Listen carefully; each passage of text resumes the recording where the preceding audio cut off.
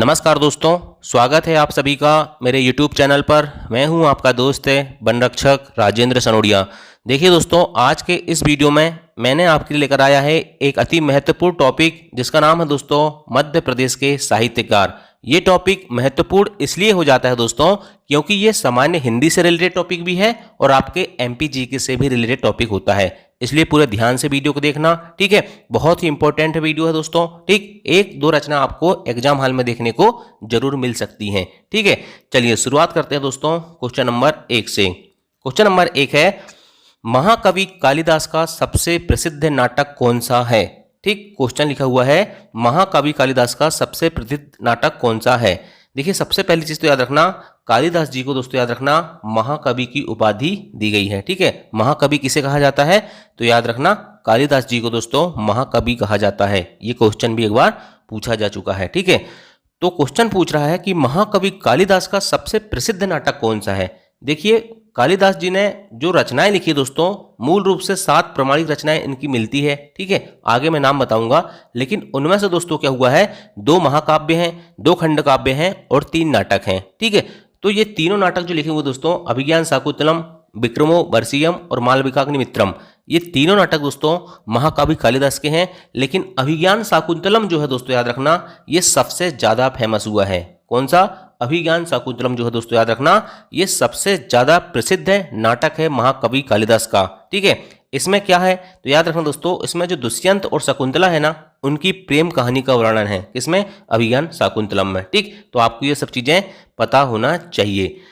अब देखिए, कालिदास जी को दोस्तों याद रखना भारत का शेक्सपियर कहा जाता है, ठीक है। क्या कहा जाता है? भारत का शेक्सपियर कालिदास जी को कहा जाता है। इनके जन्म की बात करें तो कुछ लोग कहते हैं कि ईसा पूर्व प्रथम शताब्दी और कुछ लोग कहते हैं कि कालिदास जी का जन्म 4वीं शताब्दी में हुआ था। इनके जन्म स्थान और जन्म को समय को लेकर दोस्तों थोड़ा संदेह है, ठीक है। अलग अलग समय के अनुसार अलग अलग लोग अलग अलग टाइमिंग लिखते हैं इनकी, ठीक है। तो याद रखना, कुछ लोग कहते हैं कि इनका जन्म उज्जैन में हुआ, कुछ कहते हैं कश्मीर में हुआ, कुछ कहते हैं मिथिला में हुआ, ठीक है। तो याद रखना दोस्तों, अगर मध्य प्रदेश से संबंधित कोई स्थान पूछा जाए और कश्मीर मिथिला ना दिखे तो फिर आप उज्जैन आंसर लगा सकते हो, ठीक है। इनकी प्रमुख रचनाएं मैंने बताया ना कि टोटल इनकी प्रमुख रचनाएं हैं 7, ठीक। कौन कौन सी हैं? 2 महाकाव्य हैं, रघुवंशम और कुमार संभवम, 3 नाटक हैं, अभिज्ञान शाकुंतलम, विक्रमो वर्षीयम और मालविकाग्निमित्रम, और 2 खंड काव्य हैं दोस्तों, ऋतु संहारम और मेघदूतम, ठीक। याद रखना, पूरी रचनाएं वेरी वेरी मोस्ट इंपॉर्टेंट रचनाएं हैं, ठीक है। जो आपकी ऋतु संहार है दोस्तों, इसमें किसका वर्णन मिलता है मालूम है? इसमें ऋतु का वर्णन मिलता है। और कालिदास जी ने दोस्तों अपनी इस रचना में क्या कहा है, जो बसंत ऋतु होती है उसे ऋतुराज कहा है। वहीं मेघदूत की बात करें दोस्तों, तो इसमें किसका वर्णन मिलता है? एक यक्ष है दोस्तों, अपनी प्रेमिका को क्या होता है, प्रेमिका को बादल के माध्यम से संदेश पहुंचाता है, इसलिए उसको कहते हैं मेघदूतम में उसका वर्णन देखने को मिलता है, ठीक है। चलिए नेक्स्ट क्वेश्चन देखते हैं, क्वेश्चन नंबर 2। क्वेश्चन नंबर 2 कह रहा है, निम्नलिखित में से कौन सी रचना भर्तृहरि की नहीं है? Very very most important question हो जाता है ये, ठीक। कई बार पूछा जा चुका है। तो याद रखना दोस्तों, श्रृंगार शतक, नीति शतक और वैराग्य शतक, ये तीनों जो त्रिशतक रचना है दोस्तों किसकी हैं? भर्तृहरि की हैं, ठीक है। याद रखना, लेकिन चंडी शतक क्या होता है दोस्तों? आप शतक शतक सोचते हो और चंडी शतक भी आप सोचते हो कि किसकी रचना है? भर्तृहरि की है, ठीक है। याद रखना, चंडी शतक भर्तृहरि की रचना नहीं है, ये बाणभट्ट जी की रचना है। कौन सी? चंडी शतक, याद रहेगा। चलिए नेक्स्ट क्वेश्चन देखते हैं भाई। देखिए, भर्तृहरि जी के बारे में थोड़ा जान लेते हैं कि इनका जन्म उज्जैन में हुआ था। ये राजा विक्रमादित्य के बड़े भाई हैं ऐसा कहा जाता है, और इन्हें गोरखनाथ का चेला भी कहा जाता है, ठीक है। इनकी प्रमुख रचना की बात करें तो भर्तृहरि की श्रृंगार शतक, नीति शतक और वैराग्य शतक, त्रिशतक इनकी प्रमुख रचनाएं होती हैं, ठीक है। चलिए नेक्स्ट क्वेश्चन, किस प्राचीन कालीन साहित्यकार को वनांचल का केसरी कहा जाता है? देखिए, इन्हें वनांचल का केसरी क्यों कहते हैं? क्योंकि दोस्तों जो प्रकृति होती है ना, उससे संबंधित साहित्य के बारे में ये लिखते थे ज्यादा, इसलिए इन्हें वनांचल का केसरी कहा जाता है। और किसे कहा जाता है वनांचल का केसरी? तो याद रखना दोस्तों, बाणभट्ट जी को कहा जाता है वनांचल का केसरी। याद रखना, जो बाणभट्ट जी थे दोस्तों, ये हर्षवर्धन के दरबारी कवि थे, ठीक है। और उन्हीं के दरबार में दोस्तों इन्होंने हर्षचरित की रचना की थी। किसकी रचना की थी? हर्षचरित की रचना की थी, जो आगे मैं आपको बताने वाला हूं, ठीक है। चलिए याद रखना, बाणभट्ट हर्षवर्धन के दरबारी कवि थे। हर्षवर्धन ने दोस्तों बाणभट्ट जी को चक्रवर्ती की उपाधि दी थी। कौन सी उपाधि दी थी? चक्रवर्ती की उपाधि दी थी। प्रकृति का जो चित्रण है दोस्तों बहुत मनोहारी करने के कारण इन्हें साहित्य के वनांचल का केसरी कहा जाता है बाणभट्ट जी को। प्रमुख रचना की बात करें तो हर्षचरित, कादंबरी और चंडी शतक, ये तीनों रचनाएं इंपॉर्टेंट है, बाणभट्ट जी की याद रखना है। ठीक, चलिए नेक्स्ट क्वेश्चन देखते हैं। भारतीय मिल्टन के नाम से कौन प्रसिद्ध है?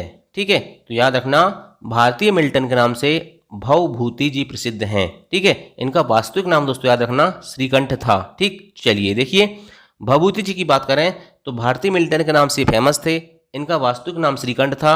और प्रमुख रचना की बात करें तो महावीर चरित्र, मालती माधव और उत्तर रामचरित्र, ये तीनों फेमस रचनाएं दोस्तों भवभूति जी की होती हैं। ठीक, चलिए नेक्स्ट क्वेश्चन। कर्पूर मंजरी किसकी प्रसिद्ध रचना है? ठीक है, तो याद रखना दोस्तों कर्पूर मंजरी राजशेखर की रचना है। किसकी रचना है? राजशेखर की रचना है कर्पूर मंजरी। ठीक, याद रखना काव्य मीमांसा, कर्पूर मंजरी। कर्पूर मंजरी में दोस्तों कलजुरी वंश के वर्णन मिलता है। ठीक है, और बाल रामायण और बाल भारत ये सभी किसकी रचना है? राजशेखर की रचनाएं हैं। और मैंने अभी तक दोस्तों जितने भी नाम बताया है कालिदास जी, भर्तृहरि, बाणभट्ट, भवभूति और राजशेखर, ये सभी दोस्तों याद रखना प्राचीन कालीन साहित्यकार हैं। क्लियर हुआ? चलिए नेक्स्ट क्वेश्चन देखते हैं। कठिन काव्य का प्रेत किस साहित्यकार को कहा जाता है? तो याद रखना दोस्तों केशवदास जी को कहा जाता है कठिन काव्य का प्रेत। ठीक है, चलिए देखिए केशवदास जी की बात करें तो इन्हें कठिन काव्य का प्रेत कहा जाता है। इनकी प्रमुख रचना की बात करूं मैं तो रामचंद्रिका, रसिक प्रिया, वीर सिंह चरित्र और कवि प्रिया। रसिक प्रिया और कवि प्रिया याद रखना। ठीक है, इसके अलावा दोस्तों जहांगीर जस चंद्रिका, रतन बामणी, नखशिख और छंदमाला। जहांगीर जस चंद्रिका दोस्तों याद रखना ये मुगल बादशाह जो थे जहांगीर, उनका संरक्षण प्राप्त था किसको? केशवदास जी को। ठीक है, चलिए नेक्स्ट क्वेश्चन देखते हैं। नेक्स्ट क्वेश्चन क्या बोल रहा है आपका? हितोपदेश किसकी रचना है? तो हितोपदेश जो है दोस्तों ये पद्माकर जी की रचना है। और पद्माकर जी का जो संबंध है दोस्तों किस जिले से है, या इनका जो जन्म हुआ था वो हुआ था सागर जिले में। ठीक, आपको पता है ना पद्माकर समारोह सागर में आयोजित होता है। चलिए नेक्स्ट क्वेश्चन देखते हैं। पद्माकर जी सागर से संबंधित हैं। गंगा लहरी, यमुना लहरी, जगत विनोद, राम रसायन और हितोपदेश, ये पांचों रचनाएं वेरी वेरी मोस्ट इंपॉर्टेंट है, इन्हें आपको याद रखना है। नेक्स्ट क्वेश्चन देखते हैं। भारतीय आत्मा के नाम से कौन प्रसिद्ध है? तो याद रखना माखनलाल चतुर्वेदी को दोस्तों एक भारतीय आत्मा की उपाधि दी गई है। ठीक है, और जो इनका जन्म हुआ था ना वो होशंगाबाद में हुआ था, लेकिन कर्मभूमि कहाँ पर इनकी? खंडवा में थी। ठीक है, तो याद रखना माखनलाल चतुर्वेदी जन्म होशंगाबाद, इनकी कर्मभूमि खंडवा। हिम किरीटनी, हिम तरंगड़ी, युग चरण, समय के पाव और पुष्प की अभिलाषा। पुष्प की अभिलाषा जो रचना है दोस्तों इन्होंने बिलासपुर जेल में लिखी थी। क्लियर हुआ? चलिए नेक्स्ट क्वेश्चन देखते हैं भाई। चांद का मुंह टेढ़ा है किसकी रचना है? वैसे तो मैंने कई बार पढ़ा चुका हूँ इसको, तो आपको पता होगा चांद का मुंह टेढ़ा है गजानन माधव मुक्ति बोध जी की रचना है। और ये कौन से जिले से बिलोंग करते हैं? जहां कूनो पालपुर राष्ट्रीय उद्यान है, श्योपुर। क्लियर, श्योपुर जिले में इनका जन्म हुआ था। ठीक, चलिए गजानन माधव मुक्ति बोध जी की बात कर रहे हैं तो श्योपुर से इनका संबंध है। चांद का मुंह टेढ़ा है, चंबल की छाती, ब्रह्म राक्षस और अंधेरे में, ये चारों चीज आपको क्या करना है? बहुत अच्छे से याद रखना है। गजानन माधव मुक्ति बोध जी की रचनाएं हैं। क्लियर। हरिशंकर परसाई जी का जन्म कहाँ हुआ था? तो हरिशंकर परसाई जी का जन्म दोस्तों होशंगाबाद जिले में हुआ था, याद रखना है। और होशंगाबाद जिले में दोस्तों जमानी करके एक गांव है, वहां पर हुआ था। ठीक है, चलिए इनकी प्रमुख रचनाएं की बात करते हैं हम। तट की खोज, निठल्ले की डायरी, टार्च बेचने वाला, रानी नागफनी की कहानी, सदाचार का ताबीज, ठिठुरता हुआ गणतंत्र और भूत के पांव पीछे हैं। देखिए दोस्तों इनको कोई ट्रिक ब्रिक से याद नहीं किया जा सकता। ठीक, थोड़ा आपको याद भी करना है तो थोड़ा आप क्या कर सकते हो, साइंस लगा सकते हो, या फिर बार बार आप इनका रिवाइज करोगे तब जाके आपको रचनाएं याद होती हैं। क्लियर। चलिए नेक्स्ट क्वेश्चन। शरद जोशी जी के बारे में याद रखना दोस्तों। शरद जोशी जी का जन्म भी उज्जैन में हुआ था। परिक्रमा, जीप पर सवार इल्लियां, एक था गधा, अंधों का हाथी, फिर किसी बहाने राह किनारे बैठ। ठीक है, शरद जोशी जी दोस्तों प्रसिद्ध व्यंग्यकार थे। ठीक है, तो गधा और हाथी इनकी याद रखना है आपको। ठीक है, गधा, हाथी, जीप, इस प्रकार से आप क्या कर सकते हो, याद कर सकते हो। क्लियर हुआ। चलिए नेक्स्ट क्वेश्चन। बालकृष्ण शर्मा नवीन जी से याद रखना दोस्तों, इनका जन्म शाजापुर में हुआ था। और लड़कियों के नाम जो होते हैं दोस्तों याद रखना, अधिकतर देखना कुमकुम, रश्मि, रेखा, पलक और उर्मिला, ये सब लड़कियों के नाम होते हैं। तो कुमकुम, रश्मि, रेखा, अपलक और उर्मिला, ये चारों रचनाएं बालकृष्ण शर्मा नवीन जी की हैं। क्लियर। चलिए नेक्स्ट क्वेश्चन, भवानी प्रसाद मिश्र जी की रचना की बात करें दोस्तों तो याद रखना लाठी और भैंस, औरत जात, अंगूरा और मुसाफिर खाना भवानी प्रसाद मिश्र जी की रचना है और ये भी होशंगाबाद जिले से बिलोंग करते हैं। एक बार ऐसा क्वेश्चन पूछा गया था कि कौन से साहित्यकार होशंगाबाद से संबंधित नहीं है, तो देखिए माखनलाल चतुर्वेदी जी भी हो गए, हरिशंकर परसाई जी भी हो गए और आप ये भवानी प्रसाद मिश्र जी भी हो गए। ठीक है, चलिए नेक्स्ट क्वेश्चन देखते हैं। निमाड़ का कबीर संत सिंगा जी को कहा जाता है। निमाड़ का कबीर किसे कहा जाता है? संत सिंगा जी को कहा जाता है। घाघ याद रखना दोस्तों, कृषि पंडित हैं ये, ठीक है, साहित्यकार हैं ये। इनकी जो कहानी होती है वो कृषि से संबंधित होती है, ठीक है, कृषि पंडित भी इनको कहा जाता है। कालिदास का जो मेघदूतम है ना दोस्तों, इसमें अमरकंटक के सौंदर्य का वर्णन मिलता है। मध्य प्रदेश के प्रसिद्ध व्यंग्यकार, मैंने बताया ना कि शरद जोशी क्या है? व्यंग्यकार है, ठीक है। और बाहिर साहित्य के क्षेत्र में मध्य प्रदेश के एक लेखक है दोस्तों प्रसिद्ध है, उनका नाम याद रखना भ्रमर, ठीक है। और आचार्य केशवदास का जन्म मध्य प्रदेश के ओरछा शहर में हुआ था। और ओरछा कहाँ पर है दोस्तों? तो ओरछा वर्तमान समय में कहाँ पर है? निवाड़ी जिले में है। प्रसिद्ध व्यंग्यकार साहित्यकार हरिशंकर परसाई दोस्तों याद रखना, इनका जो जन्म हुआ था वो कहाँ हुआ था? हरिशंकर प्रसाद जी का जमानी गांव होशंगाबाद में हुआ था, लेकिन ये जबलपुर शहर में रहते थे। ये क्वेश्चन भी पूछा गया है, ठीक है। चलिए, राष्ट्रीय कवि बाल कवि बैरागी का वास्तविक नाम क्या था? तो नंदराम दास था। और ये क्वेश्चन एमपीपीएससी में पूछा गया था और बहुत सारे लोगों से नहीं बनता। मैंने आपको बोल चुका हूं ना कि जो क्वेश्चन रिपीट होते हैं, जो चीज़ें किताबों में लिखी है वही स्टूडेंट से बनती हैं, ठीक है।